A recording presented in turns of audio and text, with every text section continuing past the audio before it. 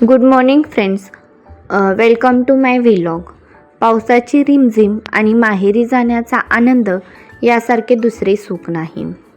जाताना आम्हाला वारणा नदीचे एक सुंदर दर्शन झाले. आम्ही घरी पोहोचलो, पण पाऊस मात्र सुरूच होता. या गार वातावरणात सीताफळ आणि अननस खाण्याची मजाच वेगळी.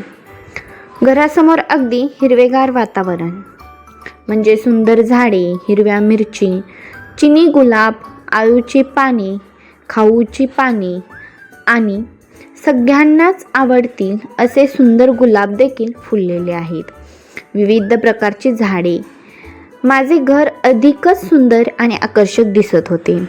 अंगणात फणसाची झाडे सुद्धा होती आणि माझ्या बाळाला मोकळे अंगण मिळालेल्याचा इतका आनंद झाला होता की तो नुसता पळतच होता.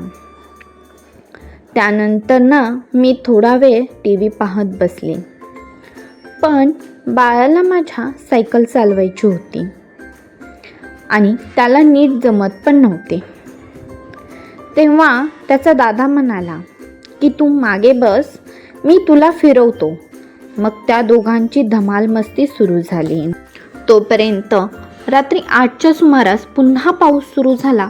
मग माझे बाळ आणि त्याची मामी दोघीही पावसात मनमुराद आनंद घेत होते. अशा पावसाळी वातावरणात माहेर, निसर्ग, कुटुंब आणि बाळाच्या खोडकर आठवणींनी दिवस खूपच सुंदर आणि आनंददायी झाला. धन्यवाद.